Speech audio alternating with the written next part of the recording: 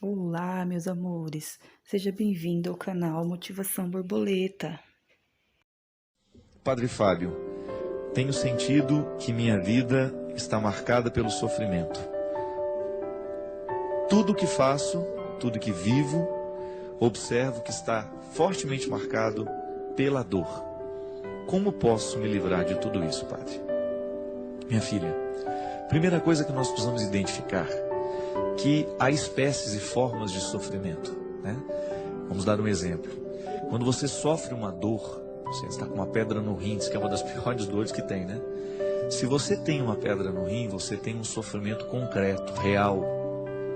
É o seu corpo que padece.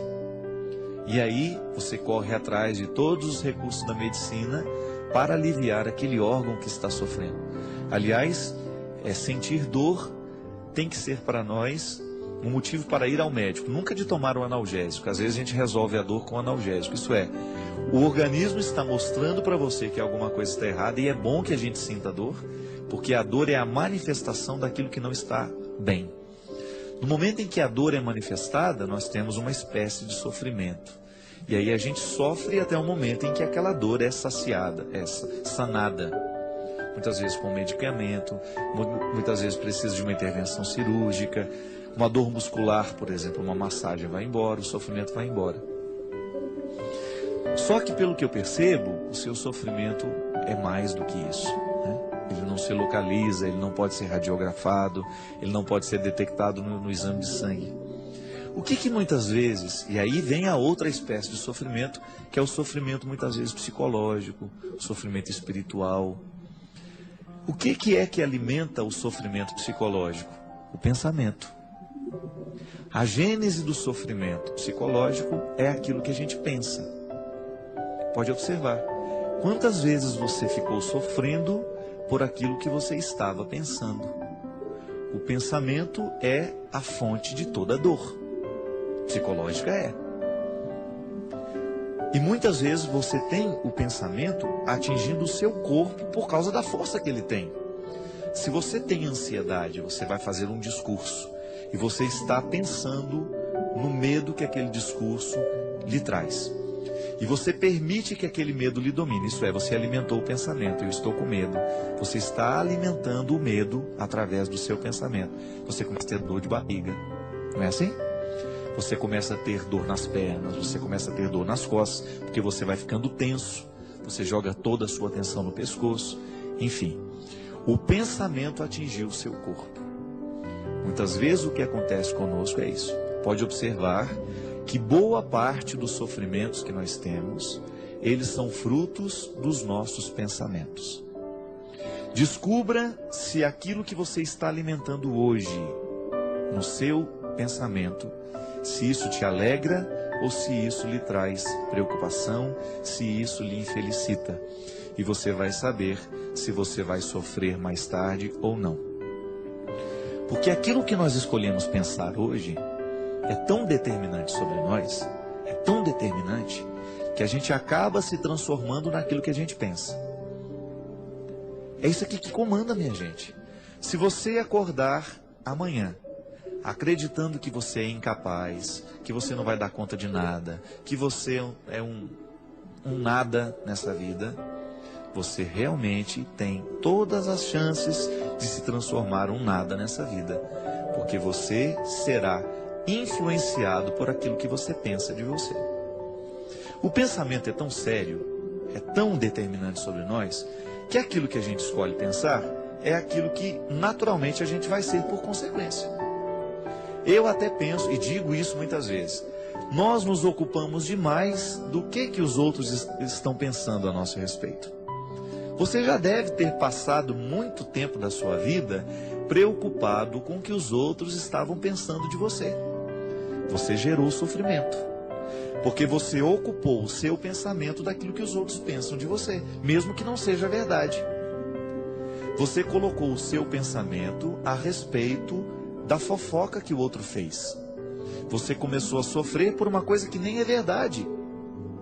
O outro fez uma fofoca de você, você se ocupou do que o outro disse e passou a só pensar nisso. Por que ele falou aquilo?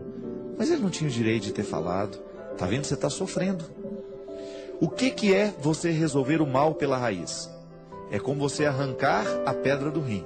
Eu não vou dar atenção a esse pensamento, a isso que ela falou, porque isso que ela falou não é verdade.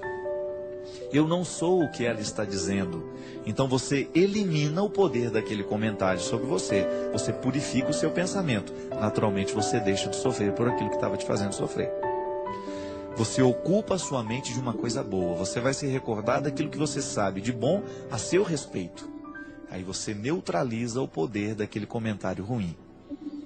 Por exemplo, quando você se ocupa do que o outro está pensando de você, geralmente você se esquece do que você sabe a seu respeito. O outro pensa sobre você, acaba dominando seu pensamento. Pronto, aqui que está. Não é o que o outro pensa sobre você que tem que ser determinante. É o que você pensa de você mesmo. E aí, muitos sofrimentos nascem daquilo que eu penso sobre mim. Se eu me acho um incapaz, porque alguém um dia me disse isso e eu acolhi, se eu me acho alguém, se eu me acho uma pessoa ruim, se eu me acho uma pessoa feia, eu dificilmente vou ter condições de superar isso que eu acho de mim, porque eu estou alimentando este pensamento. Minha gente, o pensamento é a nossa matriz, o resto é filial. E nós, quando nós temos esse sofrimento psicológico, a gente sofre por causa daquilo que a gente está pensando. Quantas vezes as pessoas vêm até mim, angustiadas, sofrendo. Padre, eu estou tão preocupado. Outro dia eu atendi uma filha, uma senhora, que estava preocupada demais, porque a filha estava mudando de religião. E ela veio me dizer aquilo como se aquilo fosse o maior sofrimento do mundo. E ela chorava mesmo, minha gente. Padre, nós sempre fomos tão católicos. A minha filha não tinha o direito de fazer isso. Minha filha está se transformando em evangélico. E eu disse para ela: minha senhora, a senhora tem razão de sofrer por tudo isso que a senhora está sofrendo, por uma razão. Se a sua filha estivesse drogada, se a sua filha estivesse presa, se a sua filha estivesse com câncer, a senhora realmente teria um pensamento ruim para alimentar. E infelizmente seria difícil de tirar. Mas a senhora está sofrendo por um pensamento que não tem razão. E aí eu comecei a dar a ela uma série de motivos pelas quais ela não precisaria sofrer. E naquele momento aquela senhora foi ficando aliviada, até ela mesma chegar à conclusão: é verdade, padre, eu não tinha o direito de sofrer tanto por uma questão tão simples. Está vendo como é fácil libertar uma pessoa do sofrimento psicológico? Porque você modifica um pensamento ruim por um pensamento bom. Quantas vezes você ficou sofrendo porque você ficou alimentando dentro de você, do seu cérebro, um pensamento ruim sobre os outros? É igual fofoca. Essa semana até eu me diverti muito, né, vendo o Eto e a Luzia no programa Sorrindo para a Vida dessa semana, que eles estavam falando justamente dos fofoqueiros de plantão. Eu não sei o que foi, se foi carta anônima que chegou aqui, e o Eto estava assim, dizendo, né, com tanta simplicidade. O Eto é muito simples, ele fala diretamente aquilo que a gente precisa ouvir, né? Eu gosto muito de ouvi-lo. E ele estava dizendo: se tem uma coisa que me irrita numa pessoa, é esse negócio, falaram, comentaram. Esse sujeito já é indeterminado, não é? Eu estou errado, língua portuguesa não é isso? Falaram, disseram, sujeito indeterminado. Você não tem nem como prestar atenção nisso. Tem gente que tem o dom de ficar fazendo pensamentos ruins e ir para a cabeça dos outros. Pelo amor de Deus, vai arrumar o que você fazer. Se você não tem muita coisa para dizer a meu respeito, fica calado, é melhor. Você tem todo o direito de não gostar de mim, você tem todo o direito de não gostar do outro, mas você não tem o direito de inventar histórias dele. Você não tem o direito de transformar o outro naquilo que você imaginou dele. Eu sempre digo, minha gente, que nós que somos públicos, a gente sofre por duas razões. Ou as pessoas imaginam que nós somos melhores do que nós somos, ou elas imaginam que a gente é pior do que a gente já é. Dos dois jeitos é ruim. É ruim ser imaginado muito bom, mas é também ruim ser imaginado muito ruim. Eu não sou tão ruim assim como alguns falam. E também não sou tão bom assim como alguns falam. Eu quero apenas o direito de ser o que eu sou, de ter os meus limites e de lutar contra eles. Mas agora, no momento em que o outro começa a fazer uma fofoca de você, começa a fazer um comentário maldoso ao seu respeito, você tem que escolher. se você vai querer alimentar esse pensamento dentro do seu coração ou não. E o sofrimento psicológico, minha filha, talvez você esteja neste aspecto, sofrendo aí. Começa a prestar atenção nos pensamentos que você leva para a cama, antes de dormir. Sobre o que você fica pensando? Tem gente que vai para a cama e fica pensando, ah, meu Deus, aquela prestação, será que eu vou ter dinheiro para pagar? Você vai trabalhar agora? Não vai. Então dorme, pra você trabalhar direito amanhã.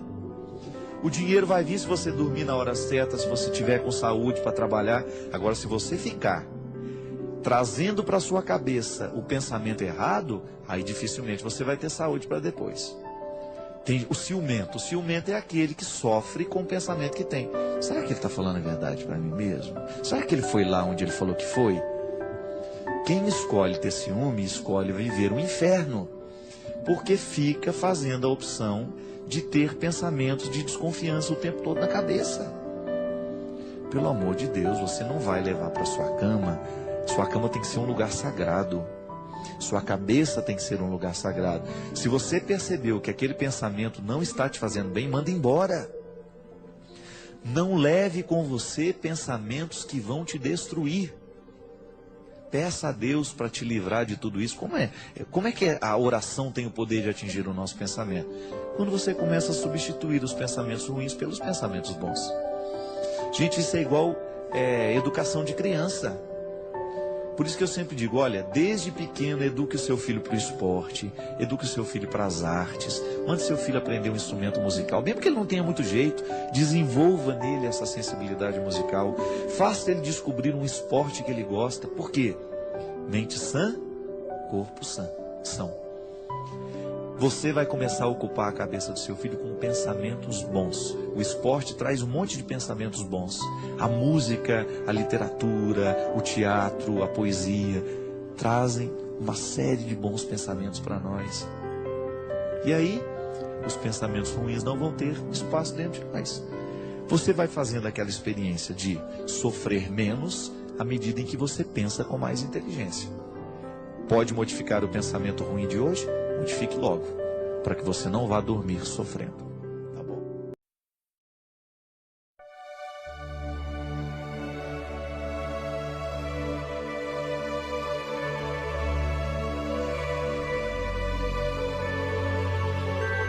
Sim, padre, vivi uma tragédia que me desequilibrou muito. Aconteceu na nossa família no dia 30 de dezembro de 2008. A minha sobrinha de 15 anos, que vivia sob os meus cuidados, suicidou. Vejo dois aspectos. Um positivo, que é Jesus está no meu coração, exime-me da culpa que eu carrego. Mas também há um aspecto negativo que muitas vezes prevalece, que é fruto da minha doença, que vem me afirmar que a culpa da sua morte é minha. Sinto o desejo de ir ao mesmo prédio de onde ela se julgou e repetir a mesma insanidade.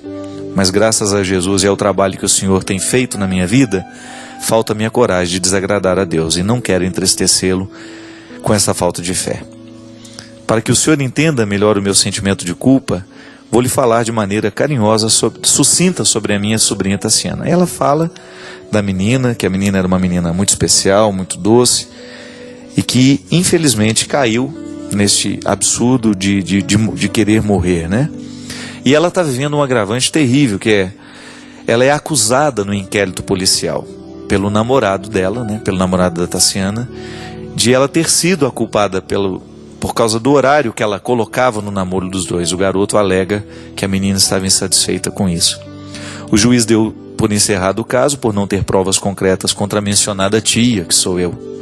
Padre, o sentimento que tenho é: a vida toda de Tassiana foi empurrada para um abismo e eu dei o empurrão final. É isso que me mata a cada dia. Minha filha, não permita que isso aconteça. A gente não tem como entrar dentro do coração daquele que se foi. A gente não tem como conhecer os motivos. Uma coisa é certa: é uma imbecilidade pensar que a sua sobrinha iria se matar porque você colocou horários para o namoro dela. Não. Infelizmente, minha filha, os nossos jovens estão chegando. Você mesmo estava dizendo que ela foi parar nas suas mãos justamente por causa de uma história difícil que essa menina já tinha. Filho é igual casa, se não tiver bom alicerce, não fica de pé muito tempo. É assim. Você pegou essa menina num determinado momento da vida em que você já não tinha mais como interferir nos alicerces dela. É muito difícil a gente oferecer estrutura de vida àquele que já chega totalmente desestruturado. Eu não estou dizendo que é impossível. É possível sim a gente ajudar, dar estrutura àquele que nunca teve. Mas será muito mais difícil. E aqui, minha gente, eu extrapolo a conversa, para poder falar com você que tem filho. Cuidado. Cuidado com o que você está oferecendo a esta criança.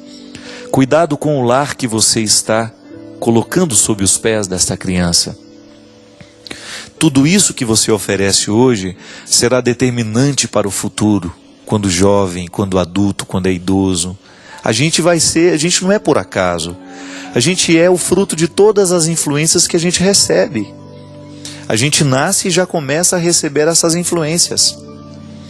E a gente precisa lutar muito para que o nosso lar seja um lugar onde as pessoas verdadeiramente possam ser preparadas. O ser humano precisa ser preparado. Nós não damos conta da vida de qualquer jeito. É preciso ter uma estrutura. E amar é justamente emprestar essa estrutura. É conceder ao outro a possibilidade de crescer. De não querer se matar, Porque o suicídio é lento, ninguém pula de uma hora para outra. Os motivos vão minando o coração da gente. Eu relembro a história de um moço lá em Taubaté, já no último ano de medicina, e foi encontrado morto pendurado numa corda. Imagina você, um rapaz com o futuro pela frente, no último ano de medicina, de repente aparece pendurado lá, meses antes da formatura. Essa corda não é colocada da noite para o dia. Essa corda é colocada aos poucos. E se a gente não cuida, a gente também coloca uma corda no pescoço. Viver é a experiência de condenar ou de salvar. Viver é a experiência de aceitar a condenação ou de aceitar a salvação. Passa o tempo todo pelo caminho do outro, mas passa também no nosso. Hoje a gente viveu situações que nos condenaram ou que nos salvaram. É um gomo de corda que a gente põe ou que a gente tira. Tudo depende da escolha, da seleção que a gente faz. A vida precisa ser peneirada, igual o garimpeiro faz. Pega aquele monte de terra numa peneira e vai peneirando aos poucos, até ele ver se tem pedra preciosa ou não. Se não tem, ele joga tudo fora e começa de novo. O final do nosso dia deveria ser sempre uma experiência de garimpo. Olha para a peneira do dia, olha tudo o que aconteceu, tudo o que você ouviu, tudo o que você viveu, todas as situações que você enfrentou, tudo aquilo que caiu diante dos seus olhos, tudo que você viu, tudo que você ouviu, e só guarde se for precioso. A gente perde muito tempo guardando tranqueira. Jogue fora. Não leve para a sua cama, não leve para o seu sono aquilo que foi o lixo do dia. Senão vira corda no pescoço da gente. É impressionante o quanto que a gente vai se matando aos poucos quando a gente não joga da peneira o que verdadeiramente não valeu a pena. Agora, se a gente insiste em guardar tudo que não presta, aí a gente vai verdadeiramente colocando gomos na nossa corda, no nosso pescoço. E de repente, quando você menos imagina, você está pronto para morrer. É lamentável, mas é verdade. As escolhas erradas que nós vamos fazendo na vida representam uma corda que nós vamos colocando no nosso pescoço. Eu estou vendo de maneira muito feliz, a recuperação de um sobrinho meu que eu amo muito, que é o Conrado. Um menino que durante muito tempo, um menino bonito, inteligente, esperto, optou por colocar a corda no pescoço. E hoje, graças a Deus, por causa de olhos que estão enxergando de maneira salvífica, de pessoas que estão emprestando a ele um novo sentido para a vida, o Conrado está tendo a experiência bonita de julgar os gomos da corda que estavam no pescoço dele. Se recuperando, se reabilitando, fazendo as pazes com a vida. Pode observar, às vezes nós ficamos de mal com a vida. E toda vez que nós estamos de mal com a vida, nós começamos a criar a possibilidade da morte. Foi o que aconteceu com a sua sobrinha, minha filha. Infelizmente ela já cresceu de mal com a vida. Faltou estrutura, faltou amor, faltou olhar, faltou cuidado. O lar não foi o que ela precisava. E chega num determinado momento que qualquer fraquezazinha, qualquer dificuldade, ela pula. Por quê? Porque não está preparada. Sofreu demais. Não aguenta mais os problemas da vida. Falta preparo para permanecer de pé. É por isso que é tão difícil recuperar uma pessoa. Porque é nesta hora que vai valer o quanto que a gente foi bem educado, o quanto que a gente foi bem estruturado. É igual quando eu tive hepatite. Eu me lembro direitinho de uma frase do doutor Antônio. Eu falei, doutor, e agora? O que a gente vai fazer, né? Ele falou, padre, agora não tem que fazer nada. O senhor pegou uma hepatite, está com uma hepatite, e agora vamos ver o que o seu organismo é capaz de fazer com o problema que o senhor tem. Da mesma maneira, quando o Robinho estava com câncer, né? Eu fiquei assim tão abalado com a doença do Robinho, né? Que eu fui buscar todos os recursos que eu podia, né? Para ver se a gente salvava aquele menino. E aí um amigo meu que é médico me disse de maneira muito dura, muito crua. Eu falei para ele assim, e agora, nesse período da recuperação dele, né? Modificar a alimentação dele, vamos fazer isso, fazer aquilo. Papai, ele olhou e falou assim, olha padre, tudo isso a gente acha que vai modificar. Tá certo, que dá uma alimentação para ele, vai ajudar um pouquinho no restabelecimento dele. Agora, não se iluda. É o passado que vai ser determinante agora. Tudo que esse menino comeu, tudo que esse menino viveu, tudo que ele fez com a saúde dele, será determinante agora para a recuperação dele ou não. Meu amigo. A vida é assim. Um dia nos coloca diante das escolhas que a gente fez. E aí, por que eu tive a oportunidade de sair daquele quadro horrível que a minha hepatite complicou demais, porque eu estava usando medicamentos terríveis naquela época, altamente hepatotóxicos, né? Imagina, eu estava tomando um anti-inflamatório porque eu já estava sentindo as dores articulares, né? Já era um sintoma da hepatite, mas eu não sabia que era. Eu estava achando que eu estava com artrite, artrose, aquela montoeira de coisa. Eu estava tomando há mais de um mês um medicamento altamente hepatotóxico, quando de repente descobri que eu estava com hepatite. Imagina um fígado que já estava sofrendo com hepatite, sofrendo ainda com desgaste de anti-inflamatórios pesadíssimos. A fragilidade do organismo é imensa, ele não consegue, quase que eu precisei de um transplante. E aí, qual é a luta? A luta de todo um processo de saúde que, graças a Deus, eu estava vivendo nos últimos tempos, de disciplina, de alimentação, de sono, de trabalho. Estava vivendo certinho, graças a Deus. Eu adoeci no momento que eu estava vivendo certinho. E aí o meu organismo reagiu. A vida é assim, minha gente. Mais cedo ou mais tarde nós vamos ser cobrados por aquilo que a gente alimentou dentro de nós. Obrigado pela sua companhia. Derrame sobre nós a bênção do Deus Todo-Poderoso. Ele que é Pai, Filho e Espírito Santo.